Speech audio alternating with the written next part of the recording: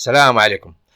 اول حاجه نبغي نشكر جميع الاخوان اللي كيتفاعلوا مع المحتوى ديال هذه القناه هذه. باول حاجه بالانضمام ديالهم لهذه الاسره، اسره المستديره، وكذلك بالتعاليق ديالهم المحترمه. شكرا جزيلا على هذا الدعم وعلى هذا التفاعل. فيديو اليوم غنتكلموا فيه على المقابله اللي جرات ما بين يوسفيه برشيد والمغرب الفاسي، واللي عرفت الفوز الثاني لليوسفيه وثاني هزيمه للمغرب الفاسي في هذا الموسم. هذه المباراة اختارينا فيها جوج لقطات. الأولى لقطة الهدف الوحيد في اللقاء اللي جاء بالنسبة لفريق يوسفية برشيد، وكان على إثره يعني الفوز والظفر ب3 نقاط. فاللقطة كانت بدات من ضربة حرة من عند حارس المرمى العائد إلى عرين المغرب الفاسي والعائد إلى ميادين البطولة الوطنية الحارس التاكناوتي، ونتمنى له التوفيق مع فريق المغرب الفاسي. في بادئ الأمر نشوفوا اللقطة كاملة اللي جاء على إثرها الهدف ديال يوسفية برشيد.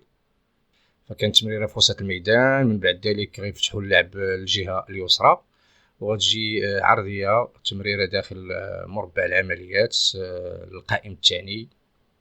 احد اللاعبين غير ضرب الراس ومسجل الهدف كيلقى الكره امامه.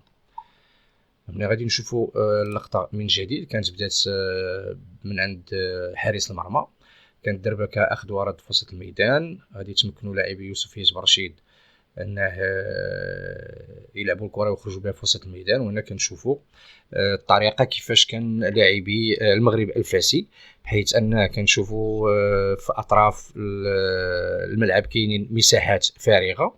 الدفاع او خط الدفاع فيه فقط 3 لاعبين، ولاعبي الوسط او اللاعبين المتواجدين في وسط الميدان كلهم ركزوا على حامل الكره الوحيد في وسط الميدان، وهذا كان خطا. لان كيخص يكون هنا في هذه المرتده كان خص يكون شويه ديال التواصل ما بين اللاعبين على انه يشوفوا يغلقوا المنافذ اللي ممكن ان تجي منها الخطوره. فملي غادي نتبعوا اللقطه غادي نشوفوا ان اللاعب غادي يتمكن من رمي الكره للزميل ديالو في الامام اللي بدوره كان وحيد، وهذا خطا حتى هو، لان ما يمكنش يكون مهاجم او لاعب من الخصم وحيد امام الخط الاخير اللي هو خط الدفاع، اللي بدوره غادي يمررها للزميل ديالو اللي جاي من الخلف في الجهه اليسرى.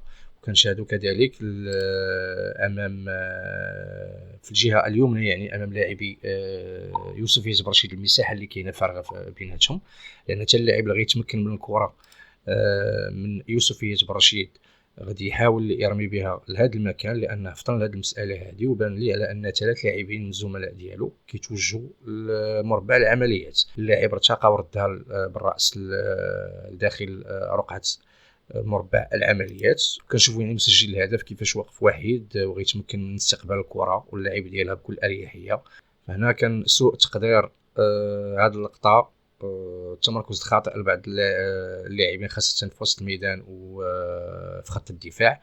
لان هنا ملي كنشاهدوا في الكره ملي كانت عند المغرب الفاسي كانوا يعني كيهاجموا بزياده عدديه. فملي كتكون عندك زياده عدديه وكتفقد الكره فتسنى يعني المرتد، وعند المرتد ما كيخصش فقط ان العوده بسرعه، ولكن كيخص التركيز وترميم الصفوف لسد المنافذ وما يخلوش المساحات بيناتهم. اللقطه الثانيه في هذه المقابله اللي عندها علاقه بلاعب يوسفية برشيد اللي كنشاهدوا الدقيقه اللي تم التغيير ديالو فيها. فيمكن اسرع واول لاعب غادي يدخل تقريبا بدون ما يلمس الكره فيما لا يقل عن دقيقه غادي ياخذ يعني ورقه حمراء. هنا كان خطا، كان تدخل، او الحكم نقولوا السلطه التقديريه ديالو شاف ان كاين خطا.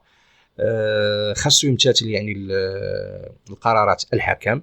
ما كندويش انايا بتاتا على الحكم واش غلط او ماشي ما غلطش او كاينه ضربه خطا او ما كايناش. الحكم خدا واحد القرار خاصك تمتثل ليه. اللاعب كنشوفوا هنايا في اللقطه كيدعي يعني انه مصاب، شويه غادي يوقف وغادي يدخل في مشادات وملاسنه مع اللاعب اللي تسبب يعني في العرقله ديالو امام انظار الحكم، وما عارفينش بالضبط علاش كان كيتلفظ والطريقه كيفاش كيدوي. فالحكم قرر انه يعطيه الورقه الصفراء.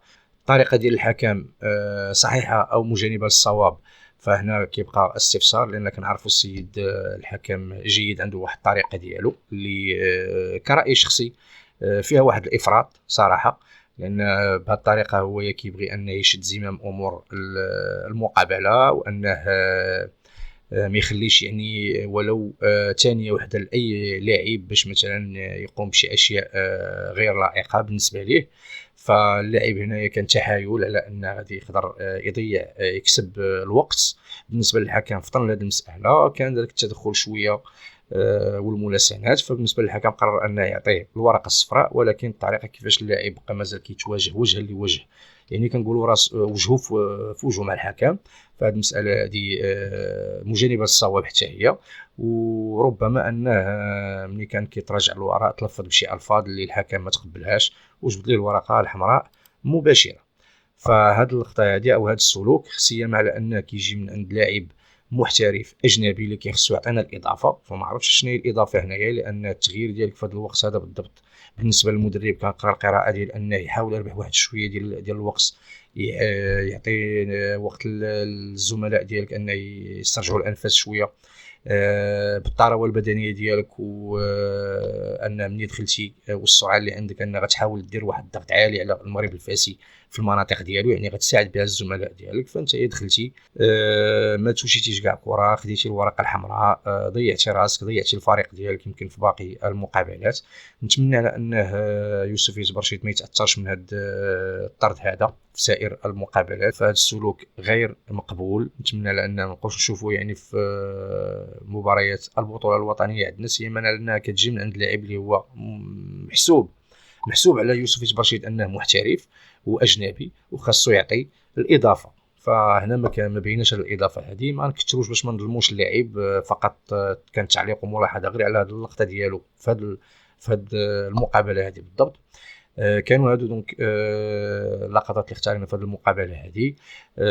هنيئا للفريق يوسف يتبرشيد، حد اوفر الفريق المغربي الفاسي. نتمنوا ليه التوفيق في المقابلات القادمه.